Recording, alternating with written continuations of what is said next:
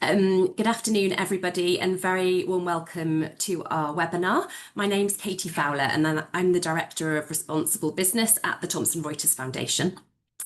So this Responsible Business webinar on the AI revolution is part of a webinar series brought to you by the Thomson Reuters Foundation and its first of a kind initiative, the AI Company Data Initiative, or AICDI.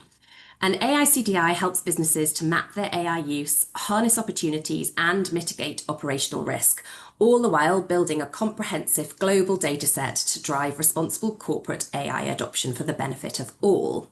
Now, today we're going to present insights from AICDI's 2025 analysis of 400 companies covering responsible AI governance, human capital, and data security, before we move on to a panel discussion talking about the wider company experiences of AI.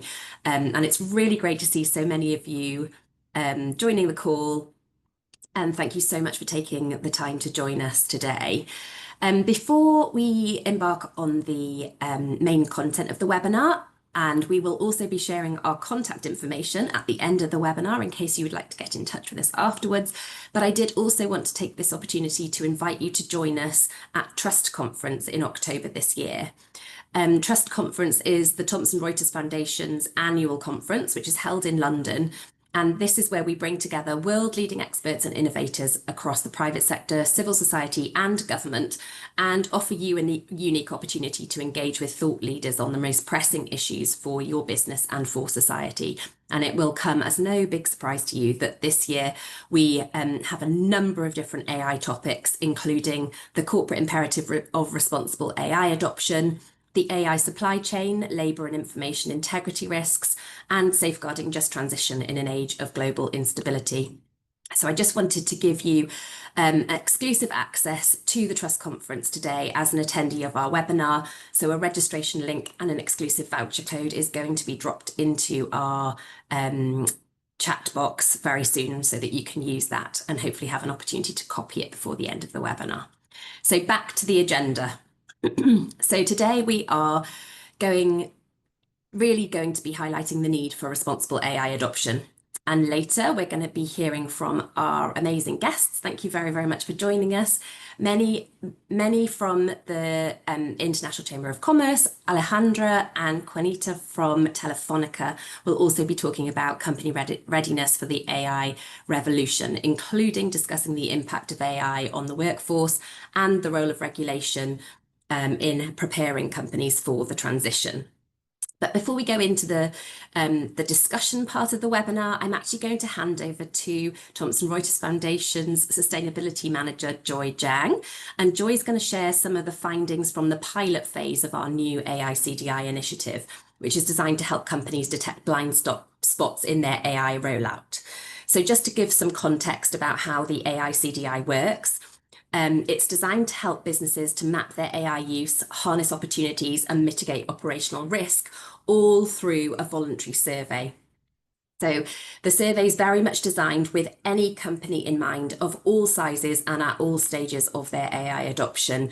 And our aim is that we would be able to provide a benchmark of AI policies and practices, allowing companies to maximise the potential of this technology whilst minimising risks to people, society, and the planet. As I mentioned, there is a Q&A box, and please do feel free to drop your questions into that Q&A function throughout the webinar, because we will have an opportunity to put your questions to our panelists at the end of the session. So really look forward to having your participation throughout and being able to answer any of your questions. So I'm now going to hand over to my colleague, Joy. Thank you, Katie. Hello, everyone. So really happy to be here to share our preview of this year's AICDI data. So as many of you may know, this year we ran data pre-population on 3,000 companies, a big increased scope compared to the previous years. These companies were selected based on the factors like the market capitalization, their workforce size, and also their exposure to human rights risk and AI-related risk. So for those who is less familiar with our process, just want to briefly explain what what I mean by data pre-population. So basically, we analyze the publicly disclosed documents, such as their annual financial reports, sustainability or ESG reports, and also some technology related public policy and statements, such as like the cybersecurity public policy. So then after gathering all this policy, all these documents, we will map them into our AICDI survey to generate insights. Before diving into the findings, let's first look at the composition of these 1,000 companies included in this analysis. So regionally, the distribution is fairly balanced.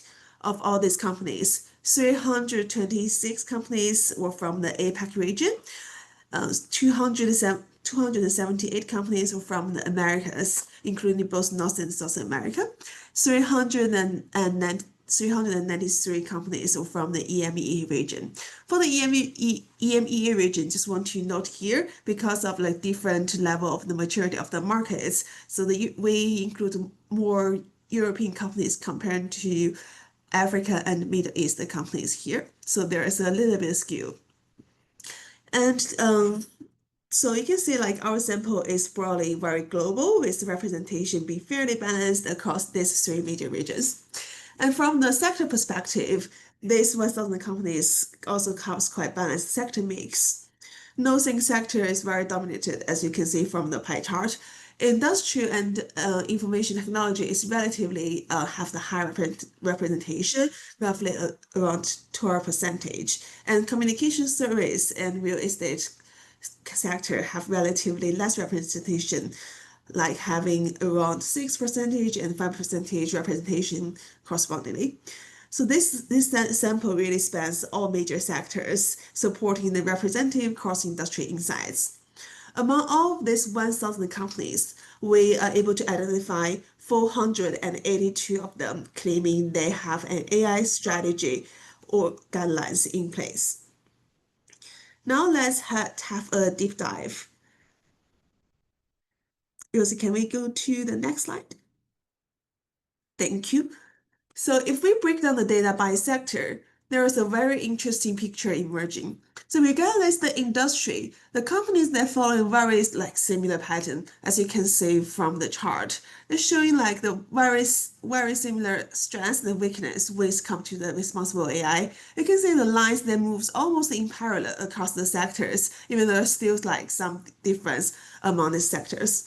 So basically, all sectors that performs relatively better on the areas that's easier to standardize, such as like they are having better performance to have the dedicated resource on the responsible AI, and also like many companies they have invested in the workforce reskilling programs, and also they have quite better internal data privacy governance. However, for some other fields, the line dips will have will drop a little bit for the areas such as like the bias prevention, environment impact, and also the internal stuff, AI ethics awareness, etc. So as this we can say like even though there's that move in a similar pattern, but there's still two sectors worth to point out. So if information technology, they are leading across almost all the categories. Meanwhile, we can say for the material sector, they have like relatively worse performance across all this responsible AI domain. Now, let's have a deeper look about their adoption and implementation. Can we move to the next slides? Thank you. Sorry. Yes, great. Thank you.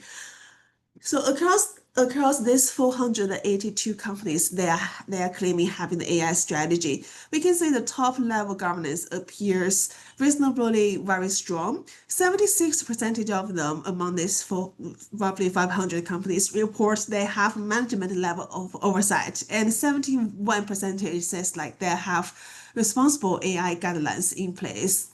However, if we look at the implementation, so you can see like in the right upper corner, that bar chart, only 41% of them, they are making policies easily accessible or required employee acknowledgement.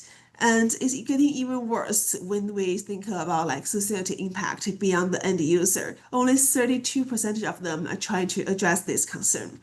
In short, the strategic oversight is widespread, but the day-to-day execution, such as like employee accessibility, reporting, and operational integration, is much thinner. So the dedicated resourcing also varies quite a lot significantly by region and sector. So regionally, the differences are stark. Only 25.5% of companies in America that reported dedicated responsible AI roles or teams, compared to with roughly almost half of EMEA companies having these similar things. So this points to a very clear technology versus responsibility gap in Americas. While many firms they are leading the AI development and innovation, a few of them have formal governance structure, dedicated resource, or process to assess the broad societal risks. So there are some external standards they are starting to raise in the bar, like the EU AI Act introduced the binding requirements for transparency documents and risk assessment, especially for high risk systems. In the contract, the US needs the AI risk management framework remains voluntary, but still offers a very structured approach to rules documentation and measurement across the AI lifecycle. Now let's look at through the sector lens. The pattern is very consistent, still quite lots of difference. The information technology companies that lead it on the implementation and the dedicated resource investment. You can see 60% of them reporting they're having assigned the dedicated resource such as responsible AI team to help them make sure they can implement AI responsibly. And at the other end of the spectrum, energy and material companies lack significantly. Only about 20 of them invest in such a role, despite the very high relevance of the environment and societal consideration in these two sectors. Let's see, can we move to the next slide?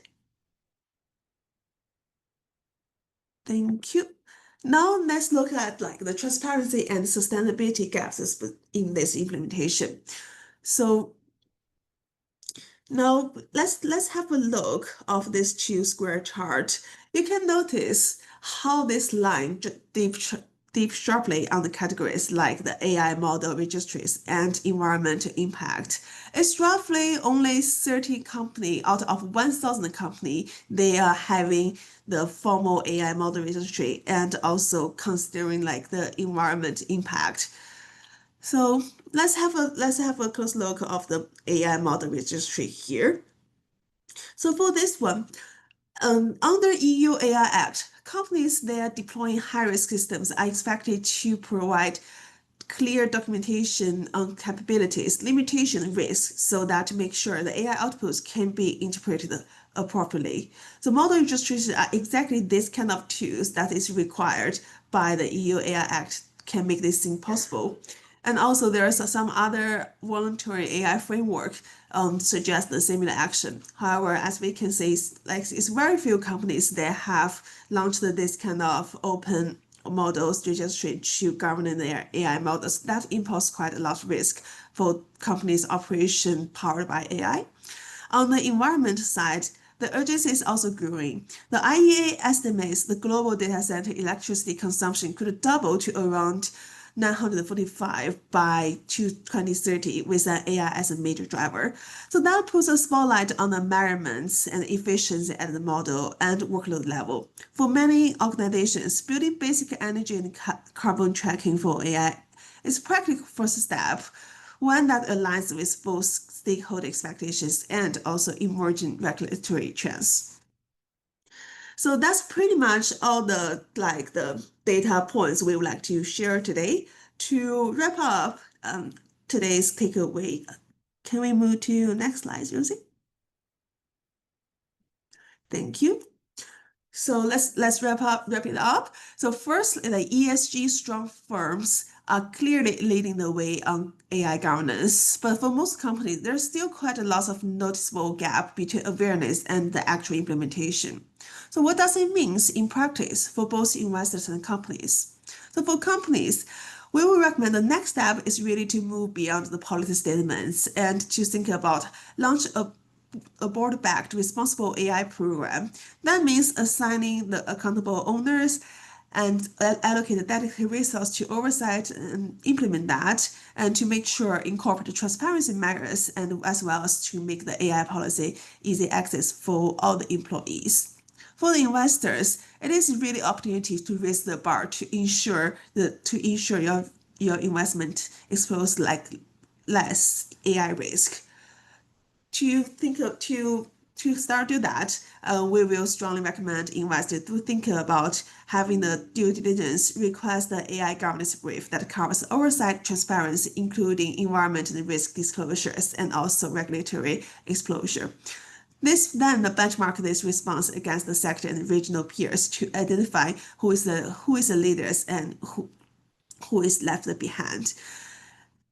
In short, the message is very, very clear. So awareness is not enough. Both companies and investors, they need to turn the principle into the practice. We will also like to leave you with some questions to consider across this panel. So what steps do you think your organization can take to move from its current AI strategy baseline to clear-cut implementation and reporting?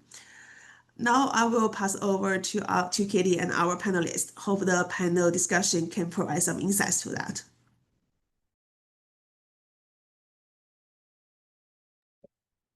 Wonderful. Thank you so much for that summary, Joy. It is so great to have some data to be able to have this conversation around. And I think that has been very much the principle that we founded the AI initiative, the AI company data initiative on, that we're having a lot of conversations bilaterally and actually being able to have some aggregated data that shows company behavior and some trends around practices and policies is really, really critical to be able to keep having these conversations and to raise awareness around the importance of AI. So yeah, really appreciate that summary.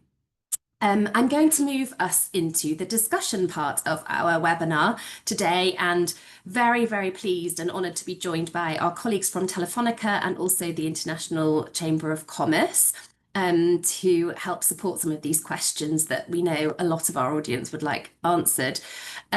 Before we get into the discussion, perhaps I can pass to each of our panelists just to give a very brief introduction about their particular role and their interest in responsible AI. Alejandra, if I could come to you first, please. Yes, nice to see you. Good afternoon, everybody. Thank you, Katie and Rosie and Joy for joining us to share our experience in the matter of responsible AI. I'm working with Joaquina Salado in responsible AI implementation in Telefonica, with a special focus on sustainability, and we are really great to share our experience in trying to implement it and working on implementing these ethical concerns into our reality. Fantastic. Joaquina, can I pass to you? Yes, so thank you for having us, and hello everyone. So yes, I'm head of AI ethics at Telefonica. I am leading the responsible AI team for the Telefonica group. And I am in charge of defining and implementing our AI principles, also implementing our AI governance framework, which we can share a bit more later during the panel. And yeah, very interested in all this responsible AI as technology advance so quickly these days. So thank you for having us. Absolutely. Thank you very much. And Meni, could I please come to you for an introduction? Sure. Thank you, Katie. My name is Meni Nasasialu. I'm the Digital Policy Manager at the International Chamber of Commerce. So I oversee the work of the Global Digital Economy Commission. We're, of course, also focusing on artificial intelligence. In terms of what we're trying to do is we're trying to bring forward business conditions that can inform responsible AI governance, that can address the misuse of AI technologies, but also not missing. So not addressing, also making sure that we don't miss the opportunity to use AI for companies and also for the broader society. So trying to reach that out, and I'm very grateful to be able to speak to that a little bit more later, and hope to have an engaging session today. Lovely. Thank you so much. And really, we are very privileged to have your respective voices contribute to this conversation, which is really, really critical. Joaquina, I'm going to come to you first. I'm really interested in this piece that fewer than 15 companies have a dedicated responsible AI team, as Joy just told us. What does that signal about organisational readiness, and how can our disclosure framework perhaps help build that capacity? And then sort of secondary to that, in what ways can a stronger AI-related disclosure act potentially act as a catalyst for better decision-making, operational resilience, and even stakeholder trust? Yeah, so we believe that the lack of a responsible AI team is often translated into a kind of a fragmented approach, because there are like perhaps some initiatives that a company might have, like having some principles, but if there is not a responsible AI team, there's more difficulty in translating these high-level principles into practical and operational implementation, no? In bringing those into practice. And it can also really lead into having more difficulty in achieving accountability, no? Proper accountability, because perhaps the roles are not yet so defined, and also having like a consistent approach, no? within a company or organization. To share a bit our experience, well, in our case, we are more those part of those 15%, no, having a established responsible AI team, which is the team that I lead, and we also have a governance in place, no, and really this is enabling us to proactively be able to address ethical, legal, and all these type of risks that AI can entail. And also, it's enabling us to embed our AI principles into our operations, in our day-to-day practice, in the culture of our company. We believe that it is essential, no, to have this kind of team, because, as I was saying, it helps translate those high-level principles into something practical, like implementing roles, responsibilities, having a registry for the use cases that the company might develop, also to have risk analysis, no, for those use cases.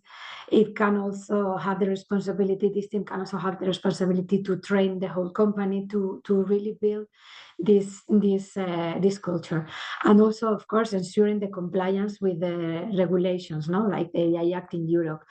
And also, we really acknowledge that, I mean, being part of this disclosure framework, we believe it is a strong framework that can provide very clear guidelines into how to really do all this, no, into how to define roles, responsibilities, to create policies internally, and definitely to be able to give companies something where they can innovate, but controlling risks. And also, we believe that this type of frameworks can empower organizations to move from intention and from more kind of high-level principles into action, no, and try to accelerate this journey, no, towards responsible AI. That's really helpful. Thank you so much for bringing it to life in terms of your own experience and citing those things that having that dedicated team has really enabled you to do. Many, with only 1 in 5 companies providing concrete governance commitments, what are the real world implications for investors, customers, regulators, and how are companies able to close that gap? Thank you for that question, Katie. I think And just to give a bit of an introduction first, the International Chamber of Commerce, we are the institutional representative of over 45 million businesses in more than 170 countries. Among those are, of course, some of the world's leading companies, but also SMEs. I think perhaps if I may answer to your question with a bit more of a broader perspective, if I may, which is how can we really enable the responsible AI adoption, and also eventually, of course, also make sure that every company using AI can really benefit from those tools. We recently launched a paper that looks into that, particularly the ICC paper on achieving inclusive AI. This looks into some of the key building blocks or components to making sure that we can address the specific needs and policy considerations to achieve inclusive AI. This goes into first, of course, the need for reliable infrastructure. So this goes into the baseline of ensuring that we have electricity, connectivity, cloud access, and making sure that AI can, from that sense, reach all communities. Of course, we are also looking into and providing recommendations, and as a key recommendation to achieving inclusive AI is access to data. This is a key component. We cannot really talk about AI if we're not talking about data. They are the raw materials, we can say this way, of artificial intelligence. So this is also an additional recommendation that we're offering within our paper. Of course, skilling goes hand in hand with that. There are different ways of looking into skilling. There are different needs that students have to make sure that they use artificial intelligence effectively. There are different needs that teachers, but then also workforce can need to have to use artificial intelligence effectively. We also highlight within our paper the importance of local innovation, making sure that there's this linguistic diversity reflected in the way that we implement AI, but also at the same time making sure that we provide the appropriate tools to enhance communities locally. So this includes also startups and local talent. And then more broadly, the need to put in place regulatory environments that enable investment and regulatory approaches that are at the same time flexible and innovation friendly to kind of follow the progress of artificial intelligence. So perhaps I can first start into that and to that point. But obviously, you know, to your question in terms of governance commitments within the network of ICC, we see how companies are really making an effort to showcase that self-regulation works. We have our membership is providing us continuously with advice and with case studies as well that can support this effort. So it's definitely a work in progress. So I would like to, we definitely see it as an issue, but also at the same time trying to be a little bit more optimistic and just trying to go from the baseline approach to, you know, what we need to do to ensure inclusive AI, to then taking it a step forward to also the governance approaches as well. So thank you. I think I'll stop here, and congratulations again for your work at AICDI and to the presentation that Joy gave earlier as well. Thanks, Many. That's super, super interesting, and really great that you've been able to canvass all of the information and research from your network, and of course, you know, how rich the use cases will still continue to be from that network as they continue down their journey. I'd like to come back to Telefonica and Joaquina, potentially for you to answer. With less than a quarter of companies referencing data governance frameworks, Joy was describing, that sort of signals obviously a significant lack. And of course, we know that governance frameworks vary dramatically industry to industry, but also across the world in terms of national jurisdictions, legal jurisdictions. So what role can data governance frameworks actually play in a broader responsible AI strategy, and how can it support innovation rather than constrain it? I'm really conscious of that rhetoric that we heard out of the US last year, where anti-regulation was going to be the key to growth and innovation. And actually, I'm also just reflecting on your first answer, where you said actually having that dedicated AI team has enabled you to turn innovation into action. So there's a real tension there, isn't there? And yeah, I'm just really fascinated about how you see it in terms of the role of governance frameworks. Yeah, definitely. There's a tension there. But yeah, we really believe, and in our experience, we really believe that the data governance is really key, and is like a foundation of a responsible AI strategy. Why? Because with a proper data governance strategy, you can manage data quality, privacy issues, security issues around data, and really it is not only essential because of compliance with all those regulations, etc., but also because it is necessary to build trust, no, across society, customers, all stakeholders, and then that helps, and that enables innovation.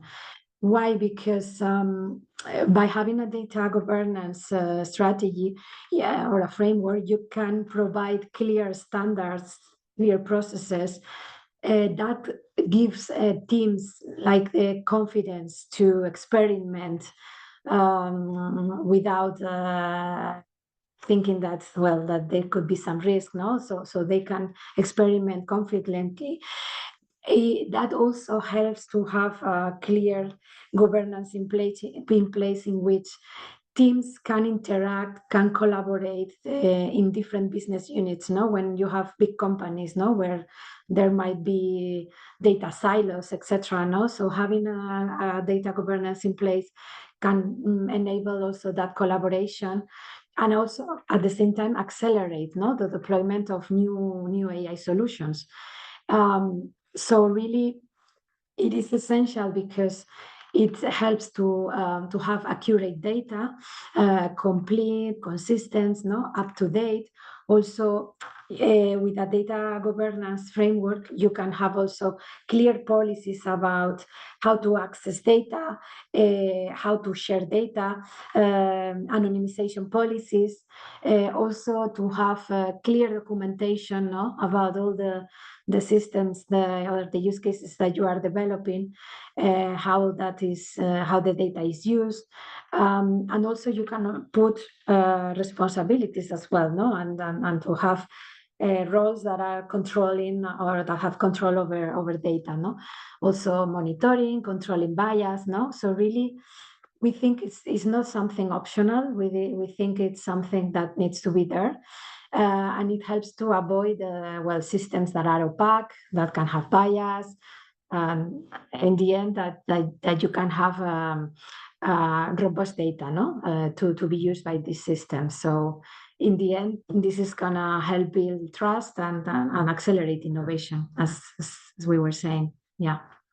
Thank you so much for that response. I noted how many times you used the word trust, and it's something that we are underpinned here at Thomson Reuters Foundation. Our trust principles really guide all of our work, and ultimately it also guides the relationship that we have with our financiers, with our customers, with our stakeholders, and being able to offer a framework that allows you to, transparently map your behavior, your practice around lots of different components is really critical. And it is really fascinating to see how the importance of innovation and agility is spoken about so much hand in hand with AI, but also uncertainty and, not knowing and not being able to keep up with the extremely fast-paced evolution of the technology. So, just having that framework to be grounding to allow that sort of trust framework to evolve is really, really amazing.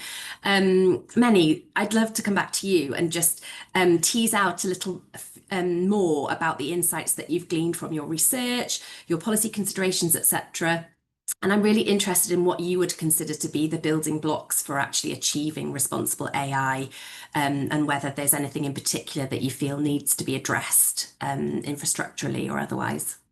Absolutely. Perhaps I can start with Joaquina's point on, of course, the importance of data.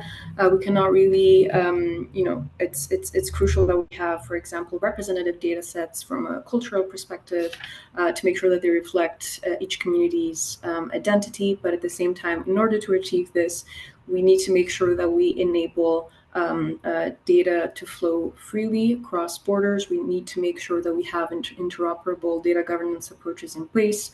At the International Chamber of Commerce, we are strong, if I can say, supporters of cross-border trusted cross-border data flows. We really do see them as the the cornerstone of achieving inclusive AI. And it's also an important component to make sure that we use data to be able to learn from each other in terms of how do we implement artificial intelligence and how do we use, develop, and deploy them. So I think the data component is obviously a crucial kind of building block to that. We talked about the importance of skilling. We talked about if we consider skilling being the soft infrastructure, we obviously also have the hard infrastructure. So really the electricity connectivity, the baseline needs to make sure that everybody everywhere can really connect to the internet. So starting from that, and then it's the only way that then the actual potential of technologies, including artificial intelligence, can really reach all the communities around the world. And then, of course, there are multiple other components that go into inclusive AI adoption that I've mentioned earlier, but also, of course, standards play also, in addition to that, a key role. Particularly, standards have an important role in achieving harmonization of the way that we govern artificial intelligence. We have also at ICC put forward a paper that looks into that issue a little bit more deeply. It's international market-driven standards. We can also refer to them as kind of like a common language for safe use of AI. So we in a similar way as skilling, as capacity building, as critical infrastructure, and local innovation and workforce capacity building are key components. We also see international market-driven standards as our guiding post to that process as well. That's the only way to make sure that we one of the key ways that we can use AI in a way that it's safe and harmonious. So perhaps I'll stop to that and then over to you, Katie. Thank you, Meni. That's really insightful. And I actually just wanted to pick up on your point about equality of access and connectivity, and how we can so often overlook the global democratization and equity of AI in having these conversations, particularly, with big multinational companies who are leading the way. Even if they are doing so responsibly, we still have to think about the data input that's lacking, and also the lack of access. And hopefully the AICDI will go a long way to collect global data that will highlight some of these inequalities, and that's a very big reason again for building this data set, so that it really is globally in everybody's public interest and not just in the interests of supercharging productivity and making huge profits, etc. It's a really important point to labour. I'll stay with you, Meni, for a moment, and just wanted to hear from you. You can obviously see from the data insights that Joy shared, the way that we are potentially looking at all of these sector-specific insights from the 400 company data set. How might that be able to guide sort of practical capacity building for different industries, do you think? I think, well, definitely data is a key reference point for companies around the world to be able to measure their progress and to be able to record the way that they implement or apply AI into their internal processes. So definitely we see, there's a lot of work being done at the moment, and it's very important to see how much we are working towards recording, let's see, and what you're doing as well. Those data sets, they can be a very important guiding post to the work that's being done, and it's a great reference resource for companies to then use when we're talking about capacity building and responsible AI adoption.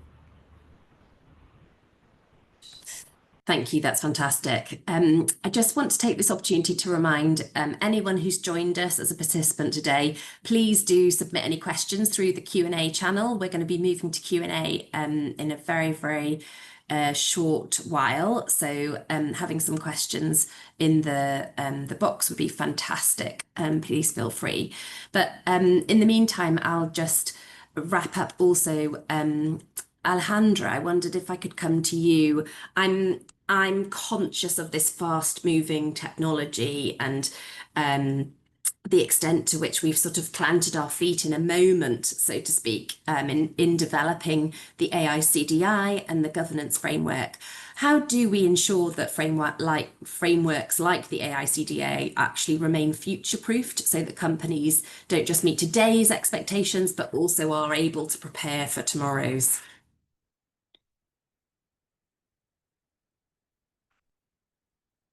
Sorry, I was speaking without unmute. Yes, this is something that brings us a lot of headaches because all the time we are thinking about that. But for us, it's pretty important to don't think about this as a compliance issue. This is more than compliance. This is about asking what will really matter tomorrow and how can we start building toward it today. I guess many thought about the cultural shift that the workforce are facing in AI.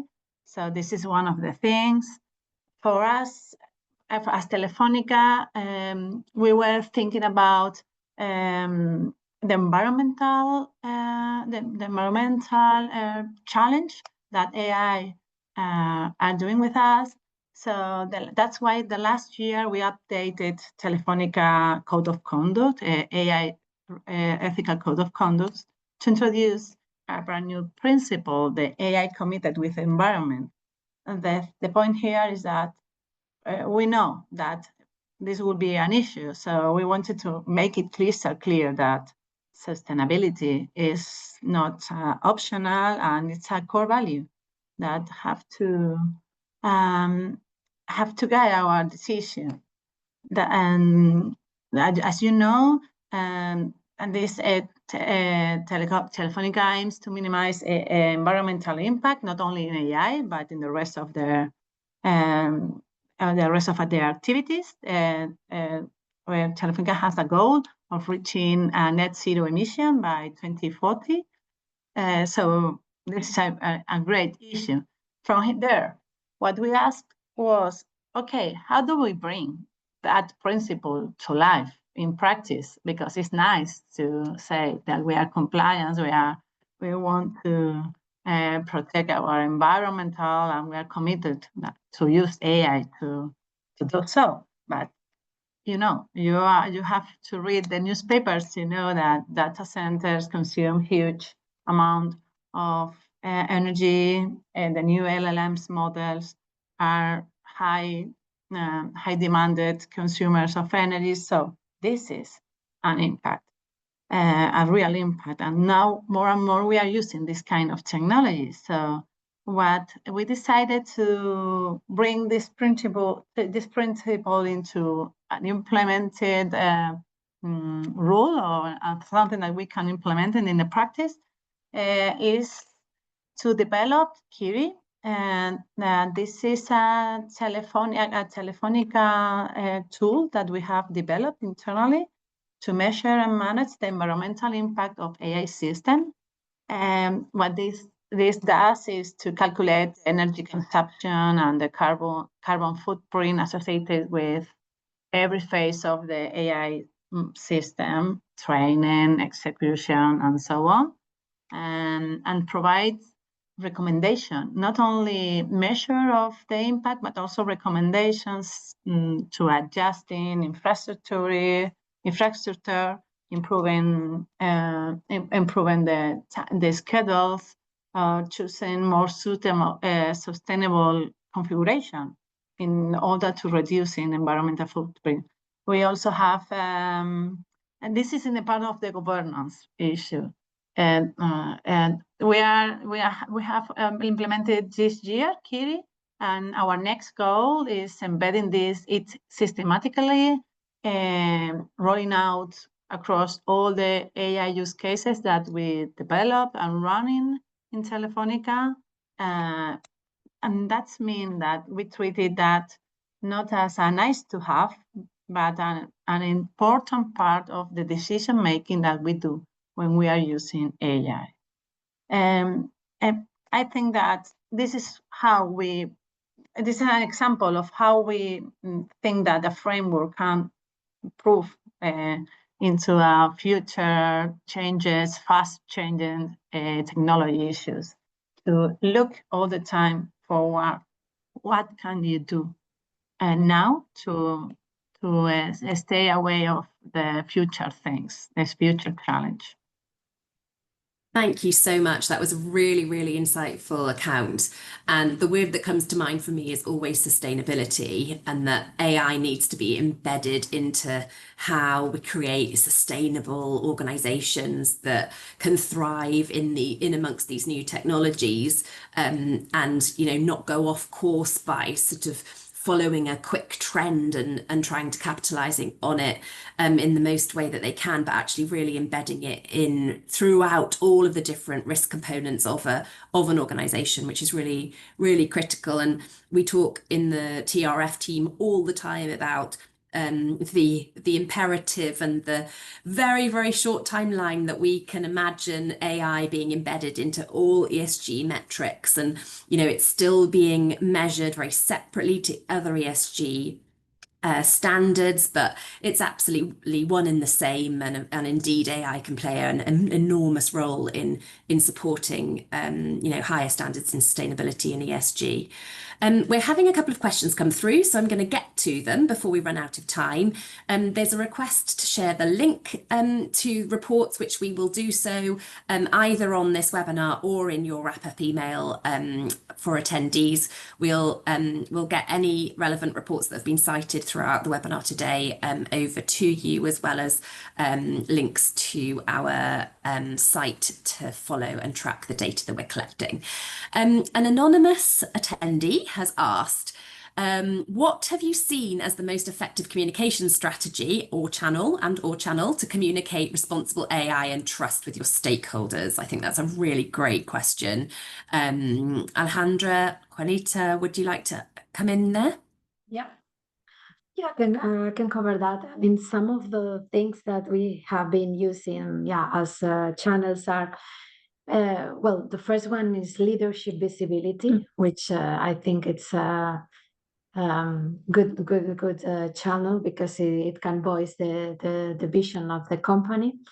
Another one is around public position papers, which in our case, for instance, we have published a couple of papers on our positioning on artificial intelligence and generative artificial intelligence that covers how we see this technology and also the responsible use of it. Participating in international forums and with big organizations like yours, UNESCO, and other international entities. And also we have also worked some kind of initiatives in terms of transparency centers, for instance, around data with our customers, so customers can have a clear channel in which they know what type of data the company has, and what do they do with them. So I would summarize with those ideas. That's really, really helpful. Thank you so much. And in terms of the calculation of carbon emissions related to AI, I mean, I'm sure you could probably do a whole webinar on that, Alejandra, can you? It's probably not a simple task. Would you like to just give us a few minutes of explaining the breadth of it? Your mute button is on once more. Alejandra, your mute button. The time is same. So sorry. Perfect, no problem. That is my Start issue. again. We missed all of it. Yes. As you say, it's a full webinar to talk about how Kiri works. Okay, but in simple words, what we do with Kiri, what we try to do, with Kiri is calculate the emission. Okay, wait, what it is? Track the energy consumption across the full life cycle of an AI system use case, both training and inference and data load, all of the life cycle. And then we use a standardized conversion factor to translate that energy use into carbon emission. This part is already we have an inference, not real data, but we use the information of emission of the different cloud provider that we use, that they provide their own information, but also independent information that we take from the energy regulators. The information is out there. You just have to take it. But the good part of Kiri is that they don't only give you insight about the report. They don't give you only the number. Just is that an important issue, because it is a KPI that is important to take into account when you have a decision, but also makes recommendation about which infrastructure is better or is greener in terms of footprint, a carbon footprint, okay? Which kind of training or data upload, way of upload is cleaner in this term. But the issue here is that we use this insight to take into account as another KPIs as accuracy or robustness or whatever you use, in order to take into account when you decided to use one model or another, because sometimes it's not only about 1 point of better accuracy in a provision of the AI model. So this is more or less the same, but we can try to share with you a webinar, but I guess the last one I have in YouTube is in Spanish, sorry. But if we do another one in English, I will share with you. Amazing. Thank you so much. And, it is really, really important. Ultimately, responsible AI has so many different facets. And I think it is really important to highlight. I was interested that the question was sort of implying that measuring emissions with AI might be separate to responsible AI. And indeed, the Thomson Reuters Foundation particularly believe that they're all one and the same. I mean, being responsible with your AI adoption means measuring the impact of your use in lots and lots of different ways. And actually, if you are interested to explore all of the different ways in which it's important to be looking at responsible practice in AI, the AICDI survey is the perfect way to look at a very, very cross-sectional approach of your organization, and just give yourself a prompt to see whether you are actually considering lots of different aspects of your corporate adoption. And I am going to wrap up because we are 3 minutes out from the hour. Really appreciate everybody staying on and hearing the discussion, and very, very grateful to all of our guests, Alejandra, Juanita and many, really, really grateful for your inputs today. And indeed to my colleague Joy Zhang for sharing the insights of the AICDI initial pilot data collection. I just want to leave you with a prompt to say that if anybody is interested in engaging with the AICDI survey, just to reiterate, it is an extremely simple questionnaire format that requires just yes, no responses initially. It's for organisations at any stage of their corporate adoption, and we are not asking you to disclose your information publicly unless you want to do so, and you can opt in to making your information public on a question by question basis. So there really is no reason why you wouldn't want to take this survey. It's totally free and it's available to everyone. So we just have some contact details up on the screen now. Please contact my colleague Rosie, who I also must say thank you to convening us here today on this webinar. Rosie McKenzie, she is our Senior Company Engagement Manager, and she will be delighted to answer any questions that you may have. You can also go to the AICDI website to follow more, and indeed please do follow us and join us at Trust Conference, which is being held in October in London. The link is still in the chat. So thank you very much again, and we look forward to seeing you at our next webinar. Thank you. Bye. Thank you. Bye.